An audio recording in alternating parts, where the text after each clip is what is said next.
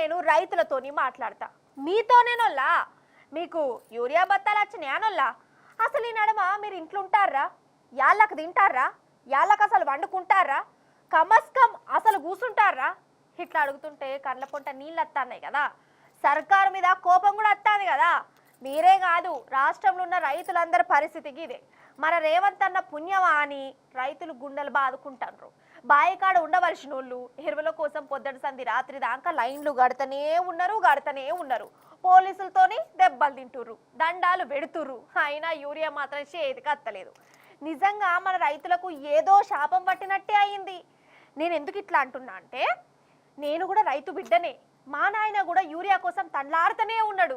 ఆ కష్టం కండ్లారజు ఉత్తాన్న చూసే మీకు చెప్తాన్నా. మీరు కూడా చూడుర్రి మన రైతులు ఎంత ఆగమాగమవుతుండ్రు. ఇవి మన రైతుల బాధలు, యూరియా కోసం పడుతున్న తక్లీపులు. రాష్ట్రంలో ఏ సెంటర్కు పోయినా రైతుల గోస పడుతూనే ఉన్నారు. యూరియా కరువు కనబడుతూనే ఉన్నది. అర్రే, ఒక్కరోజు 2 రోజులని కాదు, నెలల తరబడి ఏంది తండ్లాట, గింత అద్మానమా?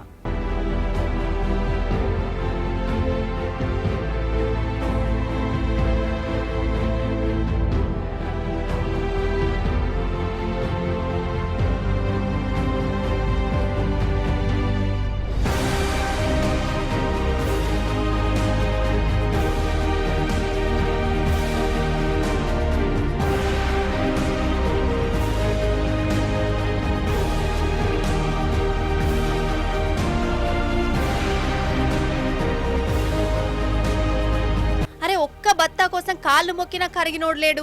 లాఠీలు దెబ్బలు తిన్నా అయ్యో పాపం అని సర్కారు తరపున భరోసా ఇచ్చినోడు లేడు. అసలు పాలన్ను గాలికిడిచి పెడితే ఆఖరికి యూరియా బత్తాలు కూడా కరవచ్చే. ఓ దిక్కేమో అసలు యూరియా కరువే లేదు, ఇది టీవీలలో పడేదందుకు కొందరు ఆడుతున్న నాటకం, అంత ఉత్తుత్తదే అని రేవంత్ అని అంటాడు. అంటే పుండు మీద కారం చల్లినట్టు కాదా ఇది? ఈ అక్కకు టీవీలో కనబడాలని సోకున్నదని నాటకం ఆడుతాందా? ఈ రైతుకు ఏం ఫాయిదా అత్తదని కాలు పట్టుకోవాల్సి వస్తుంది? గింత అద్మానంగా మాట్లాడు రేవంత్ సార్కి ఏమైనా న్యాయం కొడతాందా?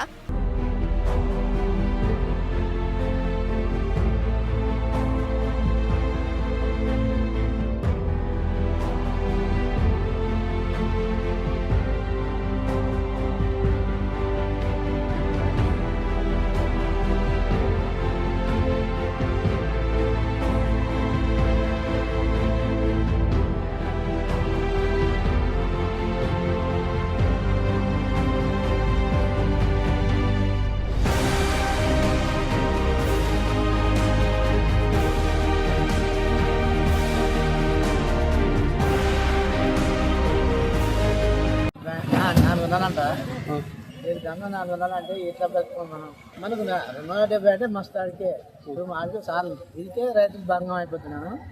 ఇట్లా మళ్ళీ నష్టపడితే ఇట్లా నష్టం అయిపోతున్నాం. మనం బయట అమ్ముతున్నారు, 400 రూపాయలు అమ్ముతున్నారు యూరియా. ఏం చేయాలి, రైతులు ఎటు పోవాలి?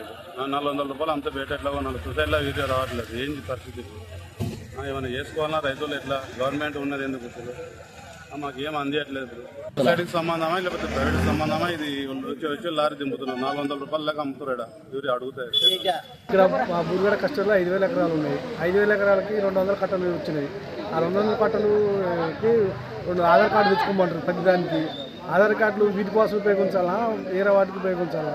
కాబట్టి ఆధార్ కార్డులు పాస్ పుచ్చుకోవాలంటే ఈ జిరాక్స్లకే మాకు ఖర్చు అవుతున్నాయి. పొలాలకు ఈరే లేక ఖరాబ్ అవుతున్నాయి. పెట్టుబడి పెట్టుకుని మొత్తం వేస్ట్ అయిపోతుంది.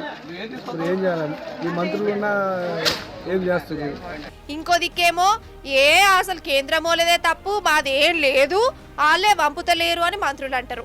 కేంద్రమోళ్ళని నిలదీస్తేనేమో మేం మస్తు యూరియా పంపినము, రాష్ట్ర సర్కారోలే బ్లాక్లు అమ్ముకుంటుర్రు, మమ్మల్ని బదనాం చేస్తానని వాళ్ళ మాట. ఏంది అసలు?